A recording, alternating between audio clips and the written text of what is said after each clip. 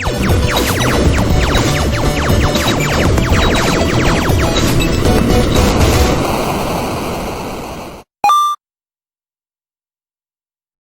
everyone, and welcome to this video from the Micro Museum. I'm Lee and I'm a volunteer there, and welcome to my virtual studio. Now today I have a very special interview with Barrie Wills. Hello Barrie. Hello Lee. Okay. So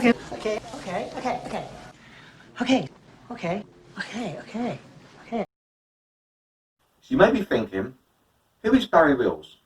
Well, Barrie was the chief buyer at Jaguar, and then when he worked for Reliant, he introduced into production the Reliant Robin. Then he became director at DMC, the DeLorean Motor Company. Yep, the car that's in the Back to the Future films. And then he became managing director at Sinclair Vehicles for the Sinclair C5. It's good to have the opportunity to speak to you, and particularly as is such a special occasion in the run-up to Sir Clive's 80th birthday. I'm only a few months or so behind him, but that's always been the case. Well, thank you for giving your time to speak with me. So first off, the first freewheeler you was involved in was as Director of Product Development and Supply at the Reliant Motor Company. When you resigned, you were appointed by John DeLorean as Director of Purchasing at DMC. How did that happen? After my so-called resignation from Reliant, where I was Deputy Managing Director at that time, I took time to find a new post. I turned down an opportunity to become Managing Director of the Radiomobile Division of Smiths Industries soon after, before Lotus attempted to hire me. Their problem was that as Deputy MD of Reliant, my salary was considerably higher than the MD of Lotus. I was also invited to meet the top guys in TVR and Aston Martin, who were both looking for an MD, and I was shortlisted for the MD's job at Stonefield Vehicles, then a manufacturer of large 4x4s in Scotland, and Mulliner Park Ward, a subsidiary of Rolls-Royce and Bentley. None of those resulted in a firm job offer, I suspect because of my salary expectations. Days before meeting Colin Chapman on the Lotus Motor Show stand in London, in a final attempt to persuade me to join his company, I received a request to phone an unknown Greek on a Belfast phone number. He turned out to be the personnel director of the newly created DeLorean Motor Cars Limited, who asked me to visit Northern Ireland on the 11th of October 1978 to meet John DeLorean. I started work as Director of Purchasing 15 days later. I never did find out how DeLorean obtained my phone number. So you went from a company that made a very famous yellow van to one of the most iconic cars ever made. Yes, both were icons really, although the Regal van, which featured in Only Fools and Horses, was developed before my time at Reliant and was already in production when I joined. I played a more significant role in the creation of its successor, the equally iconic Reliant Robin. So unfortunately, John DeLorean was arrested on the 19th of October 1982, and the plant in Northern Ireland was shut down. What went through your mind? Did you think, oh well, best go and find another job? Or was there a plan to try and save the company? Yes, John was arrested as part of an FBI sting operation to track down a cocaine smuggling ring in Colombia. I was chief executive of DeLorean, working for the receivers at that time. We were preparing for the plant to reopen as the receivers were convinced John was going to raise the money, without knowing how. At 8 p.m. Greenwich Mean Time in Dunmurry, I received a call from the receiver to tell me to pull the workforce together the next morning to close the business down. He wouldn't, or couldn't, tell me why. The Today programme headlines on BBC Radio 4 at 6:30 a.m. on the 20th of October informed me of John's arrest. The rescue attempt came in the summer when Charles Bennington, DeLorean's first MD, Bill Bellamy, the chairman of our joint venture trim company, CP Trim Limited of Belfast, and I did a deal with British Leyland to take over production of the Triumph TR8 Roadster and build it alongside the DeLorean in Dunmurry. Both were to be rebranded Healy. The City of London merchant banks, Hill Samuel and Finance for Industry, were to fund the rescue. It failed when the Secretary of State for Northern Ireland, James Pryor MP, fouled up his requests for approval from Prime Minister Thatcher. I'd already been introduced to Clive Sinclair by then. So you must have been relieved when John DeLorean was acquitted, but was it too late by then? Far too late, as was the first of the movie trilogy Back to the Future, which featured the DeLorean as a time machine that followed 2 years after the company's liquidation. Wait a minute, Doc.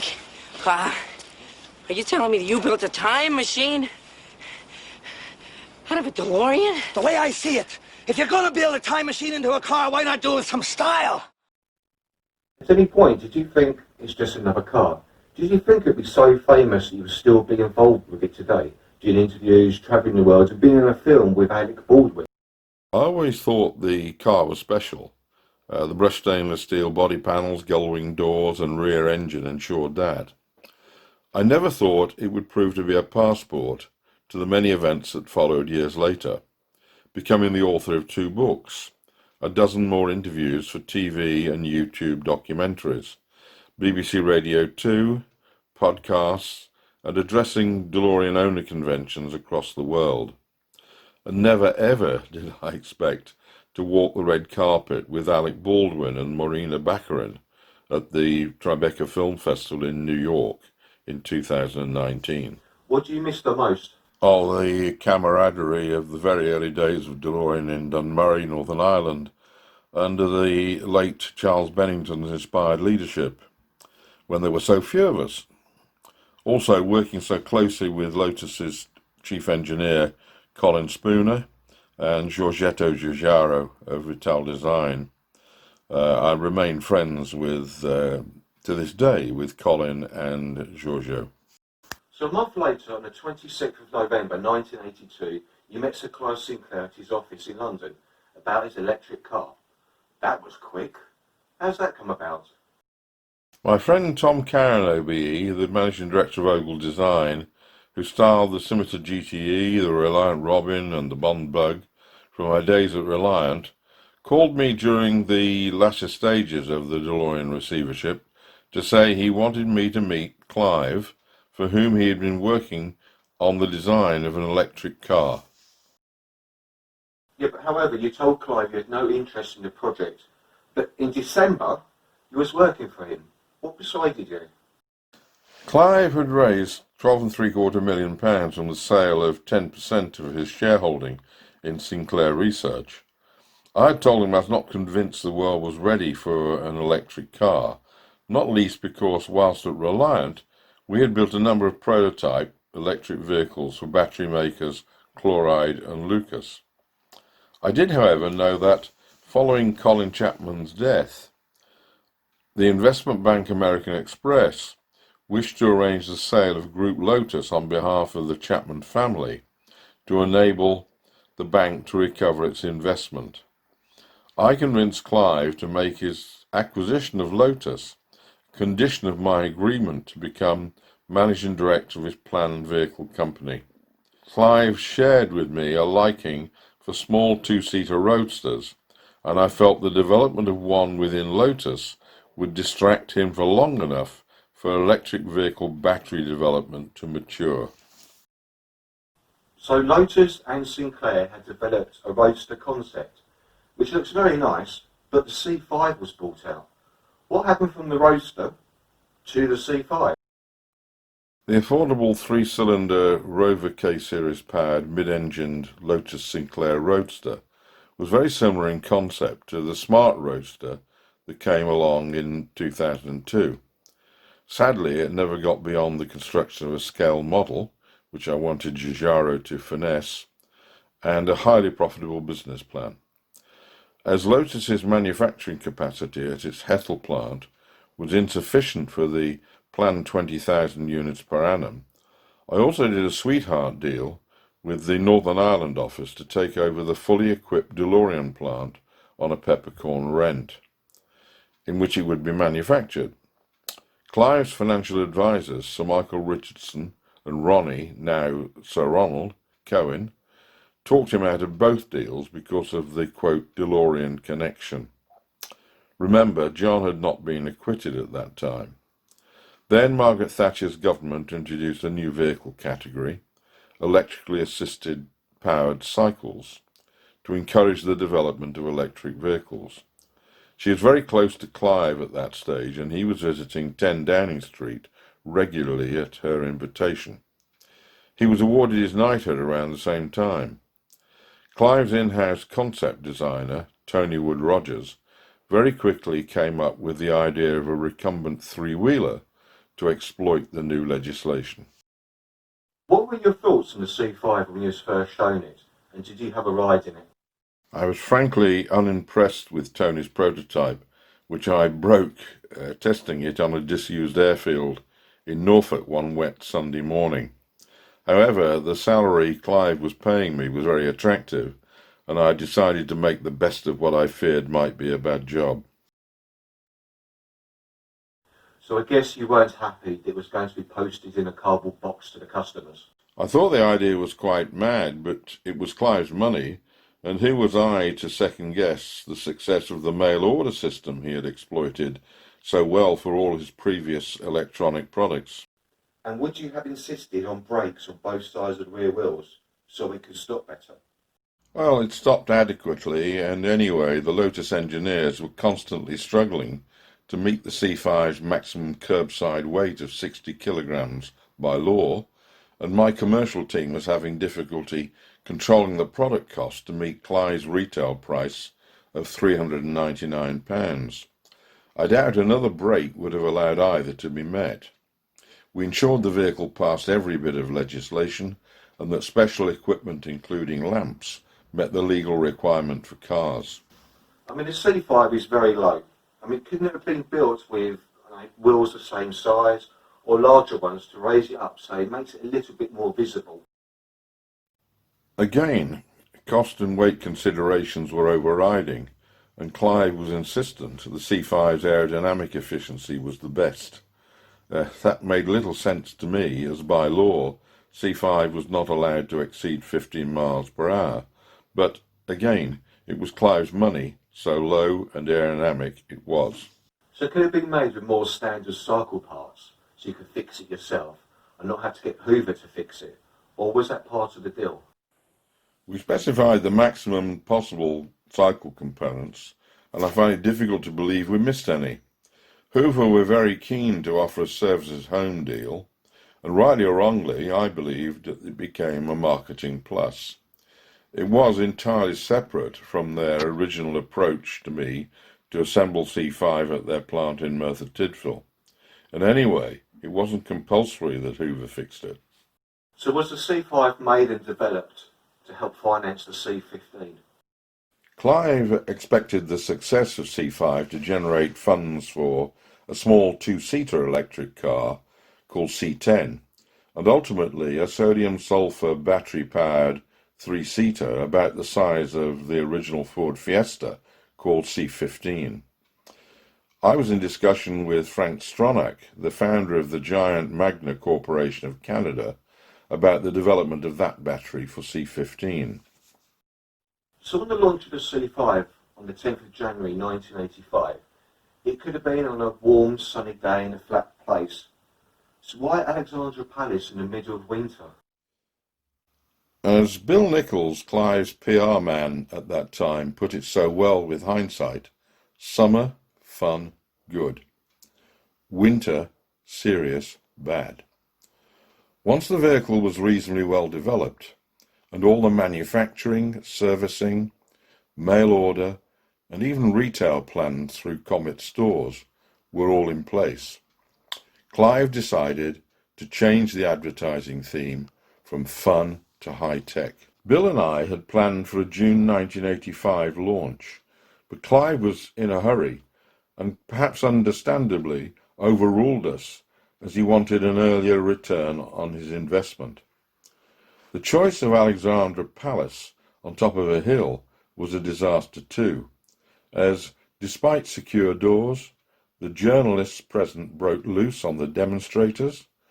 The range was badly affected by the cold temperature, on what was probably the coldest day of the 1984-1985 winter, and most dragged their steeds back up the hill into the hall.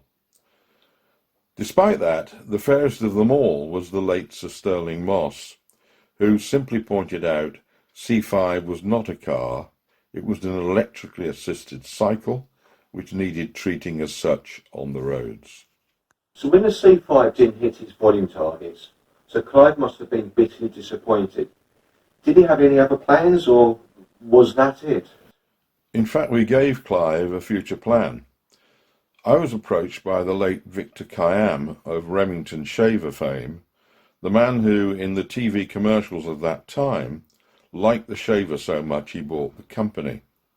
He wanted to transfer production to an empty Remington plant in Bridgeport, Connecticut, to manufacture a golf cart version of C5 developed by Sinclair Vehicles' chief engineer, the late Peter Milner. Victor's idea was to sell it to retirees in the new communities, such as Sun City, Arizona, to use as personalized transport. They were buying Cushman golf carts for the purpose, and 3 C5s could be acquired for the cost of 1 Cushman. That deal fell through when Clive declined Victor's request to put a little money in himself and take a seat on his board. So impressed, I bought the company. Well, that's a shame, as Sir Clive is a great man and very ahead of his time. I mean, a lot of his inventions have been like electric bicycles and then motors for them, electric cars, and a motor for wheelchairs. You must have been upset when it didn't work out. It affected my health at the time of the market failure, as I had been working around the clock 7 days a week for 2 years to give it my best shot. I had recovered, though, by the time Victor Khayyam came on the scene a month later. So do you still keep in contact with Sir Clive? Sadly, I haven't seen Clive since he invited me to the launch of his folding aluminium-framed electrically assisted A-bike at the Design Museum in July 2006.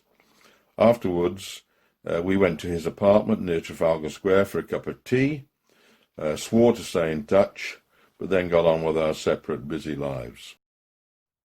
So after Sinclair Vehicles, what did you do? Did you stay or did you just move on? I founded 3 limited businesses, all under the de Montfort name, Automotive, Management and Resources. I worked as de Montfort Management Limited to assist the winding up of Sinclair Vehicles, before spending the next 25 years leading a variety of exciting projects in the automotive sectors of 50 countries. They are all chronicled in my second book, 45 plus years without John DeLorean. So is there anything else you'd like to add? I really think I've said it all, other than the commercial. Please buy and read my books. There's a lot more in there, including the full Sinclair story. You can find the link in the description. Thank you. Absolutely. Barrie's book, 45 years plus without John DeLorean, and a little more. An absolute fantastic read. As Barrie said, if you'd like to buy it, there is a link in the description. Now I have one final question to ask you, Barrie. Where have you hidden all the unsold C5s? I managed to do a deal to sell the unsold balance of 9,000 at £75 each to a remarkable and very likeable Liverpudlian by the name of Maurice Levinson. I did the deal at Barrie Airfield, now Cardiff Airport, for some reason I cannot recall. Maurice's company, Ella, in brackets surplus goods, close brackets limited, later sold them as rich man's children's toys at up to £700 each over the Christmases that were to follow. A clever guy was Maurice. And thank you very much, Barrie, for giving your time for making this interview for us. And I hope you've enjoyed this video from the Micro Museum, and we look forward to welcoming you soon.